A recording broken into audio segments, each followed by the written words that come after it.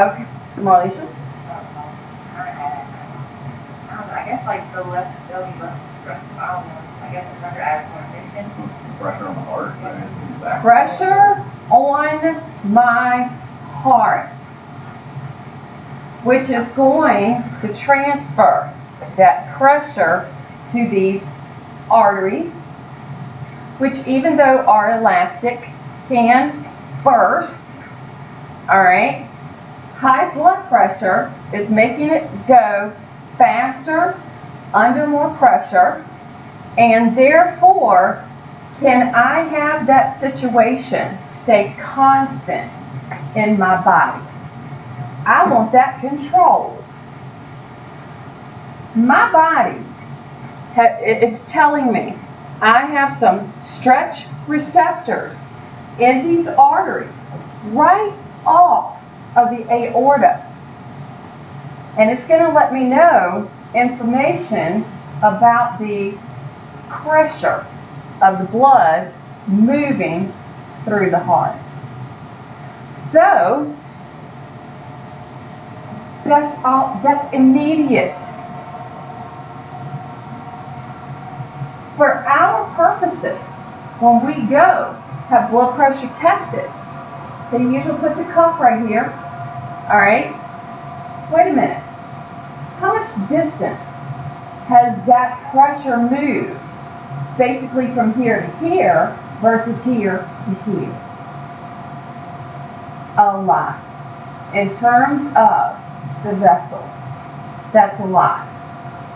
So, if my body has a way to detect the pressure sooner and then pass that information to the primitive region of my brain and get a response, it can already be changing the blood pressure before they even get it from the cuff. Why would that be beneficial?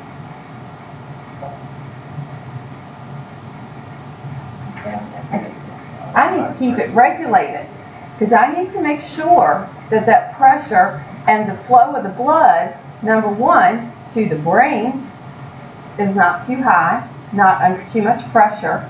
And then once we see the aorta, once we have our arch, and then it begins to descend, the first organ it hits are my kidneys. And if it's under high pressure, what can it do to vessels, not only kidneys, but vessels in my brain? Burst. Do I want that happening? No.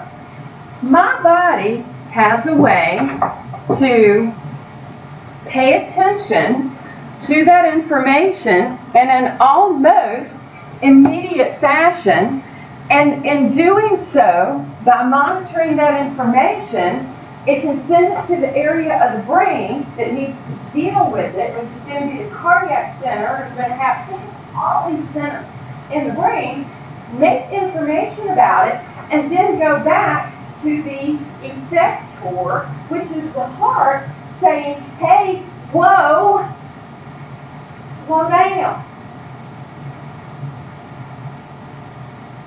You see where I went with what that picture just told you? I had a receptor, which was the baroreceptor in the artery. That was my information going to the center of the brain that's monitoring it. It said, hey, blood pressure is high, so it's getting integrated in an area of my brain stem.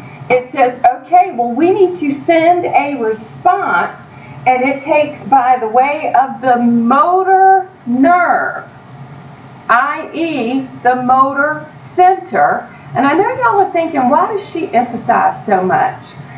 If you listen and if you pay attention to what I'm telling you, you're going to know what you need to know for your test, for your program. I see a lot of yawns. I see a lot of people nodding heads. When y'all get those tests back next week, you're going to wish you'd been paying attention to me. Especially when it comes time for you to take the test for your program. So, by way of the motor nerve, it can synapse on the organ and create an effect. And in this case, affect how the pressure is for the blood pressure. Any questions so far?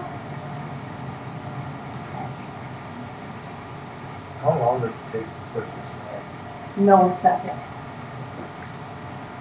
It is so quick, we don't even know it.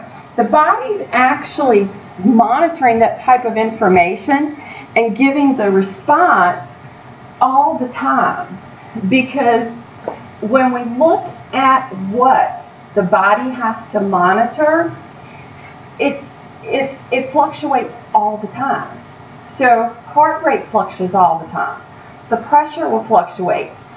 Under normal conditions, now when I say normal conditions, it keeps everything at that equilibrium. For example, blood pressure. They say what, 110/70 now? Okay? My age, 120/80. All right?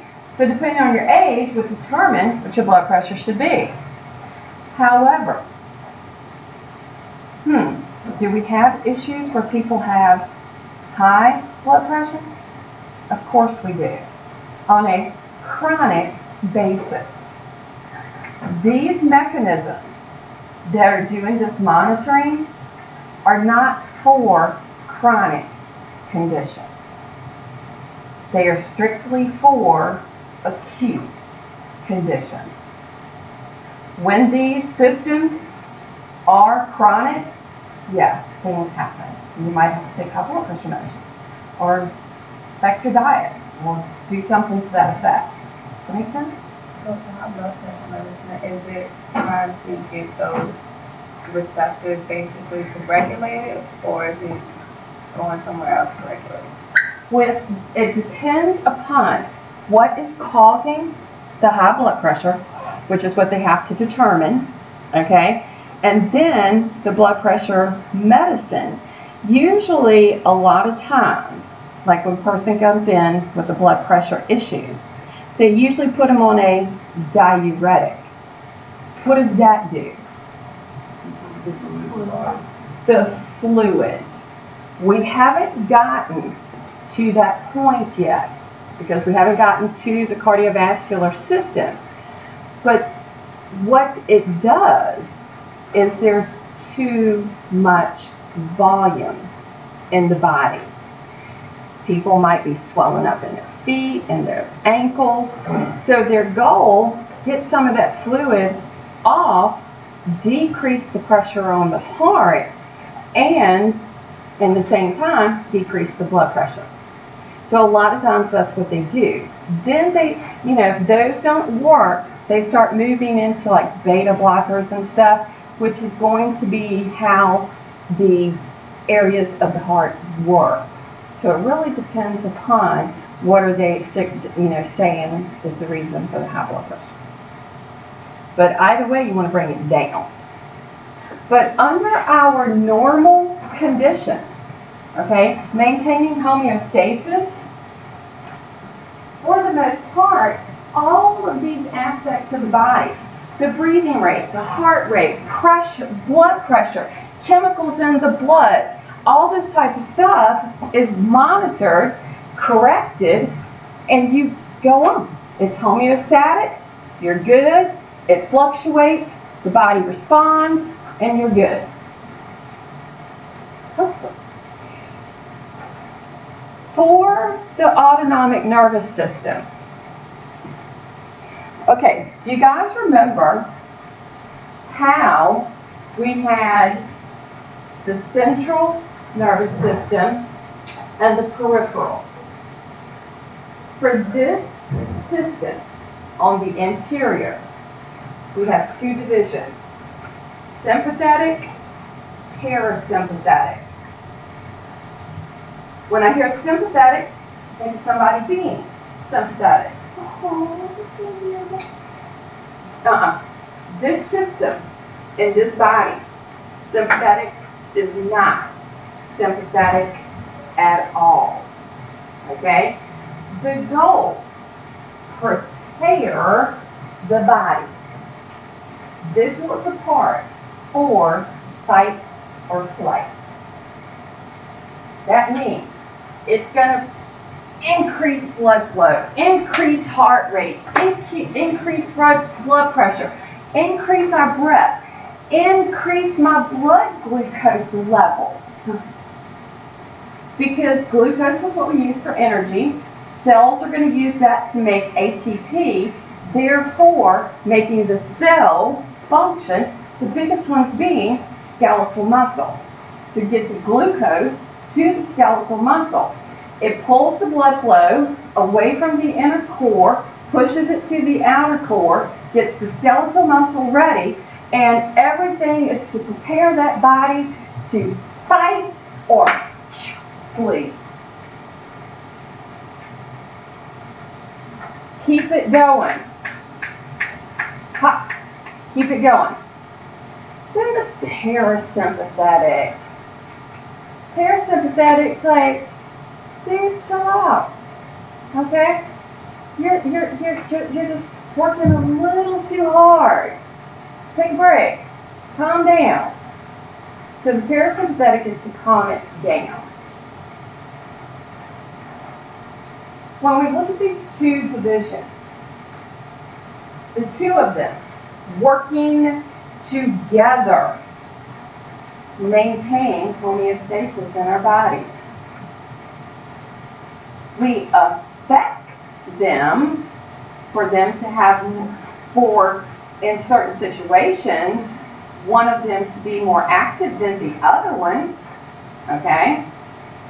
But in the grand scheme of things, the two, even though it looks as if they are in conflict with each other, that conflict actually keeps all these viscera working to maintain homeostasis.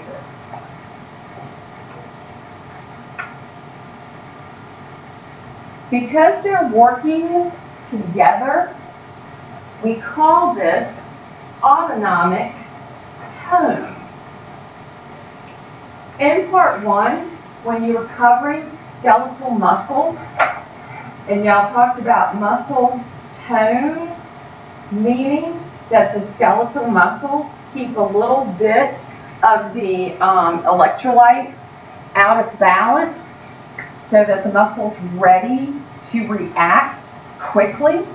All right? Same principle applies.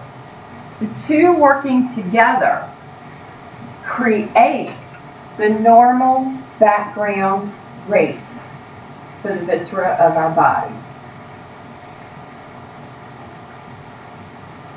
For example,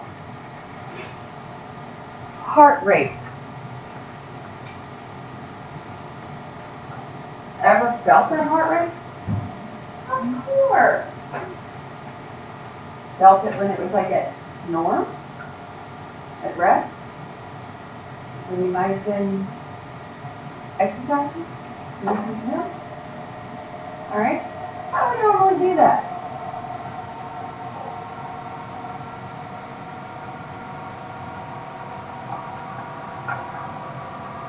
Right?